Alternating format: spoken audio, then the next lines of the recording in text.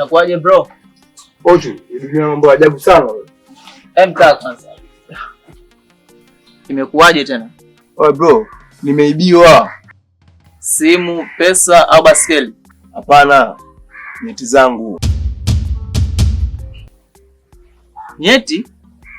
Oe mwanangu, uko serious? Nakwambia ukweli. Nimeandika jana usiku, leo asubuhi hamna hata moja.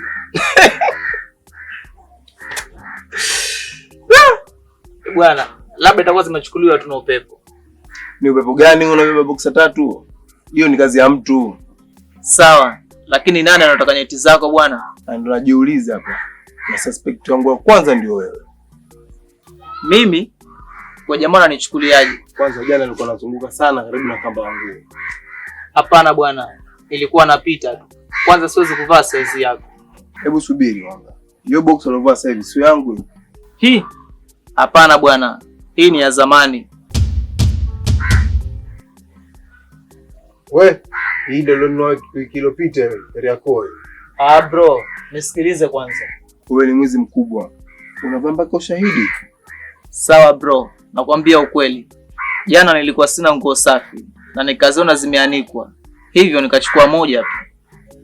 Moja? Mbona zimepotea zote bwana? Ile nyingine nilimpa jamaa mmoja. Lakini ile ya tatu niliiuza. Uliuza? Nyeti zangu? Biashara ndogo ndogo bro, maisha magumu. Kwa jamaa hatari sana. Sasa nitavaa nini? Usijali bro, ile niliyoiuza itanunuliwa tena mtaa huu. Hii sio game bwana. Na kuanzia leo nitaanika nyeti ndani ya nyumba. Bora, maana mtaa umejua zina quality. Lakini hii uliokuwa nayo utaivua sasa hivi. Hapana bro, maana sasa hii ni mali ya mteja.